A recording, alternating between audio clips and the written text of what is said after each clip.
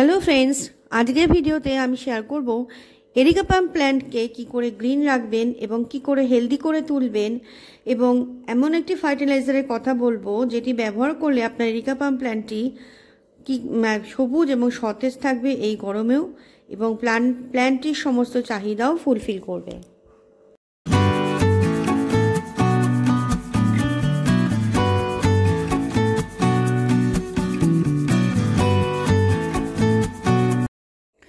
আপনাদের এরিকা পাম প্ল্যান্টের পাতা কি হলুদ হয়ে যাচ্ছে?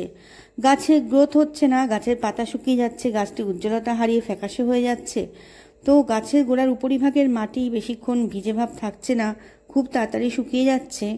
তো এরকম পরিস্থিতিতে প্ল্যান্টটির রুট যদি বাউন্ড হয়ে গিয়ে থাকে, তবে প্ল্যান্টটির রুট প্রুন করতে হবে, তবেই প্ল্যান্টটি সঠিকভাবে নিউট্রিশন পাবে, আবার হেলদি হয়ে যাবে এবং যথেষ্ট পরিমাণে গ্রোথও নেবে।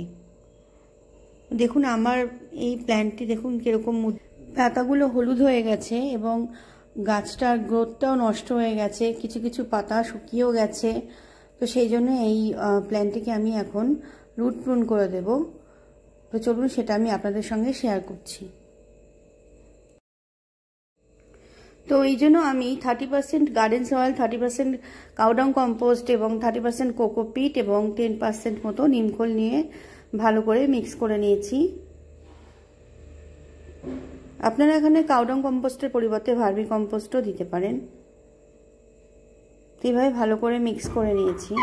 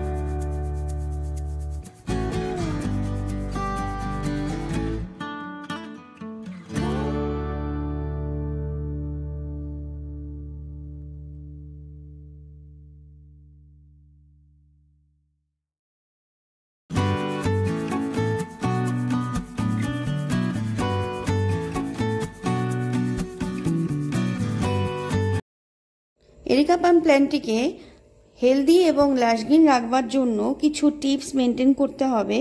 তো কিছু বেসিক টিপসের মধ্যে প্রথমেই বলবো সানলাইটের কথা। ব্রাইট লাইট এবং ইনডিরেক্ট সানলাইট, এমনকি সকালে রোদেও রাখতে পারেন এরিকা পাম প্ল্যান্টটিকে, কিন্তু কখনোই তেজ রোদে রাখা যাবে না। এর সাথে এর পটিং মিক্সের ড্রেনেজ সিস্টেম খুব ভালো হতে হবে এবং সেই সাথে যাতে মাটিতে ময়েশ্চার বজায় থাকে সেদিকেও লক্ষ্য রাখতে হবে। তবে এরিকা পামটিকে এমন জায়গায় রাখতে হবে যাতে চারপাশে হাওয়া চলাচল করে, এরকম জায়গাতে রাখতে পারলেই সবথেকে ভালো হয়। তবে এরিকা পামের জন্য যদি জলের কথা বলা হয়, তো এরিকা পাম হিউমিডিটি খুবই পছন্দ করে, কিন্তু অতিরিক্ত জল দেওয়া মোটেই পছন্দ করে না। অতিরিক্ত জল দিলে বা ওভার ওয়াটারিং করলে এই প্ল্যান্টের রুট রটের সমস্যা দেখা দেয়। তার জন্য 3 থেকে 4 দিন বাদে বাদে গাছের গোড়ায় জল দিতে পারলেই ভালো হয়। তবে গাছের গোড়ার উপরিভাগের মাটি যখন শুকনো হবে তখন জল দেওয়াই উচিত। তবে এবার কিন্তু এই গরমে হিউমিডিটি বজায় রাখার জন্য জল দেওয়ার সাথে সাথে গাছে ভালো রকম শাওয়ারিং করতে হবে। প্রতিদিনই শাওয়ারিং করতে পারলেই ভালো হয়। তবে চলুন দেখে নেওয়া যাক এবার এই প্ল্যান্টটিকে কি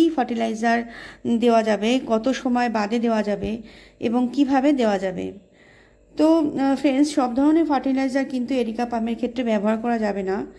আর এরিকা পাম যেহেতু অ্যাসিডিক মাটি পছন্দ করে, তাই এই এরিকা পামের মাটিকে অ্যাসিডিক বানানোর জন্য মাসে একবার চায়ের লিকারের জল ব্যবহার করলে ভালো হয়।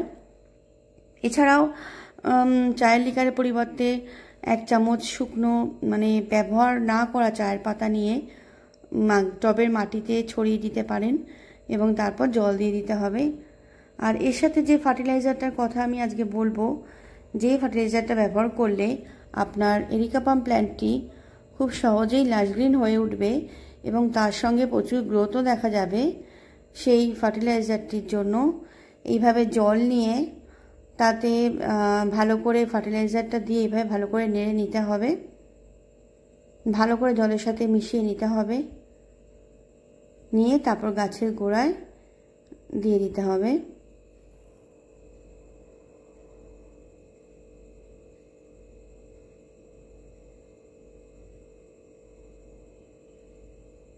তো আমি এখানে 1 লিটারের থেকে অনেক কম জল নিয়েছি। তো এটি হলো হিউমিক অ্যাসিড। এই হিউমিক অ্যাসিড ব্যবহারের ফলে গাছের শিকড় খুব ভালো থাকে এবং শিকড়ের খুব দ্রুত বৃদ্ধি হয়। এর সাথে গাছের খুব ভালো গ্রোথও হয় এবং গাছের পাতাগুলোও খুব সহজেই সবুজ হয়ে যায়।